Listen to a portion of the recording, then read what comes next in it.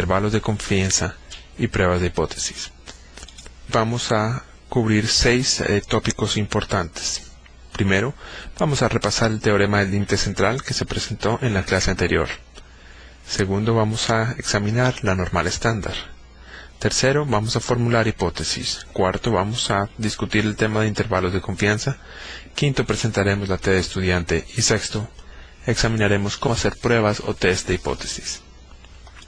Imaginen ustedes la siguiente situación.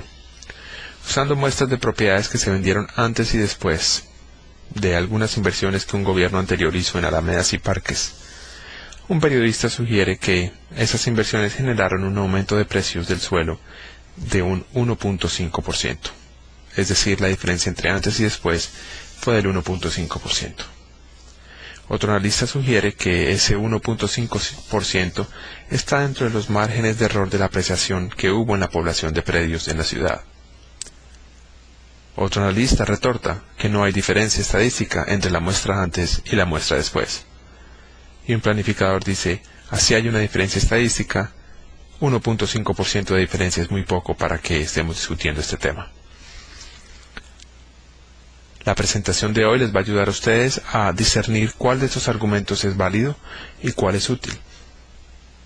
Ustedes también podrán utilizar argumentos similares en sus investigaciones en el futuro.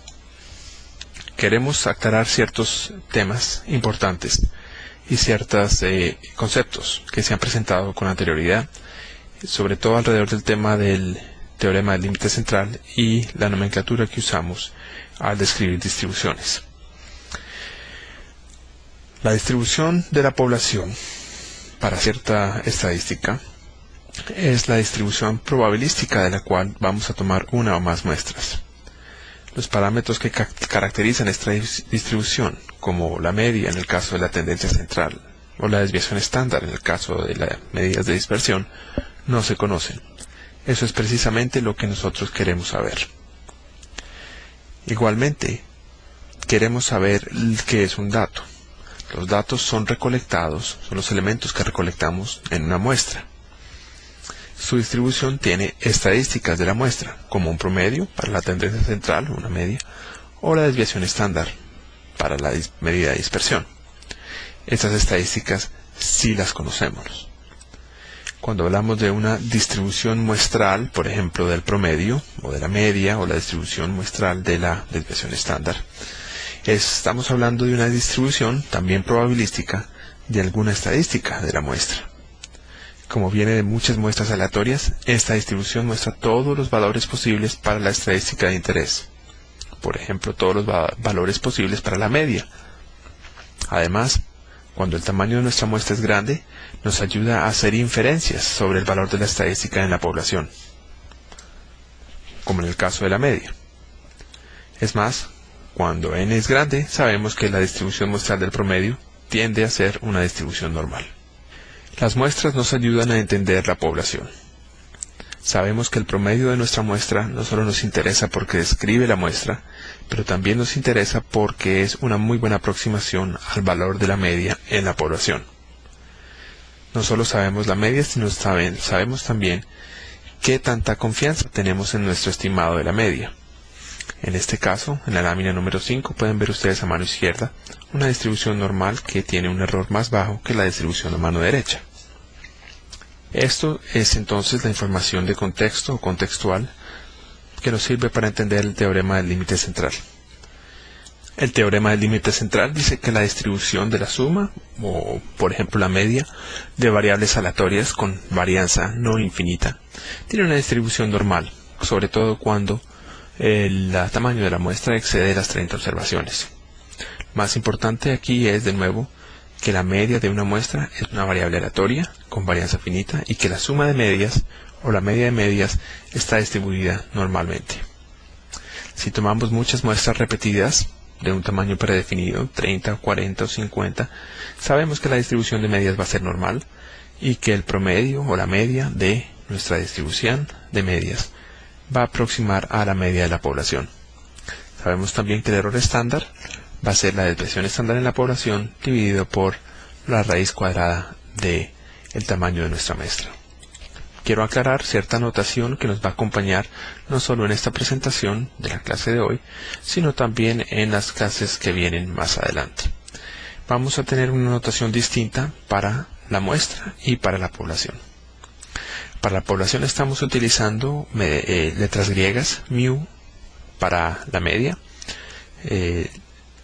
La varianza está denotada por sigma en minúscula. Anteriormente habíamos presentado sigma en mayúscula como el símbolo de la sumatoria y n en mayúscula es el tamaño de la población. Cuando estamos hablando de una muestra, la variable que usamos o la notación que usamos para describir la media de una muestra es x con una barra encima, lo que llamamos x barra. Esa es la media de una muestra. S es la desviación estándar de la muestra y n es el tamaño de la muestra. X barra entonces aproxima a mu y S aproxima a la varianza de a la desviación estándar de la población sobre la raíz cuadrada de n, es decir, sigma sobre la raíz cuadrada de n. La presentación hasta el día de hoy ha incluido únicamente la aproximación de x barra y del error de S para una variable cuantitativa, que es lo que ven ustedes en el primer inciso de la lámina número 9. Sin embargo, hay variables que no son cuantitativas, que no son continuas, que tal vez son, por ejemplo, proporciones, es decir, que varían entre 0 y 1. Porcentajes es una variable proporcional. Para las variables en proporción, la proporción de la muestra, por ejemplo, la proporción de la muestra que tiene ciertas características, que vive bajo un nivel de pobreza, o que tiene ingresos de cierto nivel, es la mejor aproximación que tenemos para la población, la proporción en la población, disculpen. El error en la muestra se aproxima por la ecuación que ven ustedes ahí, p por 1 menos p, todo dividido por n, y la raíz cuadrada a toda esa división se saca. Volvemos a pensar en la distribución normal, que se presentó anteriormente en la clase número 1. Es una familia de frecuencias, ya sean polígonos o histogramas, que son unimodales, simétricas y asintóticas con relación al eje X. Este último tema suena un poco detallado, pero simplemente quiere decir que la distribución normal no termina en un punto, sino sigue hacia el infinito en el eje X, aproximándose o tendiendo a 0. Hacia la derecha, tanto a la izquierda. Y ahí la característica de ser simétrica. El término normal se refiere a que muchas características en la naturaleza tienen esa distribución. Por ejemplo, la altura de los individuos, de personas, el peso de los individuos, tiende a tener una distribución normal. Obviamente hay otras distribuciones importantes en fenómenos naturales, y no todos los fenómenos naturales tienen una distribución normal. Quiero también dejar en claro que hay infinitas distribuciones normales, y van a depender de la media y de la dispersión de cada distribución.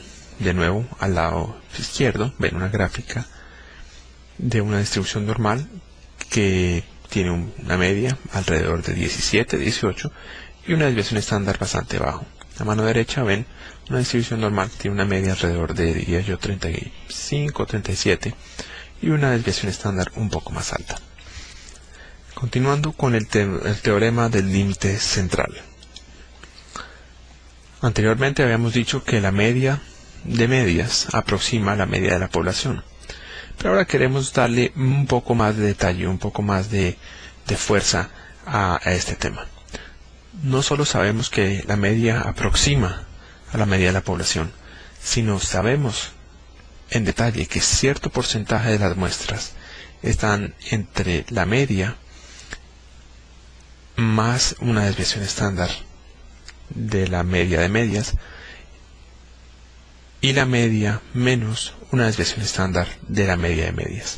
Específicamente sabemos que 68.27% de las muestras están a una desviación estándar de la media y que 95.45% de las muestras van a estar entre dos desviaciones estándar de la media, ya sea más de la media o menos de la media.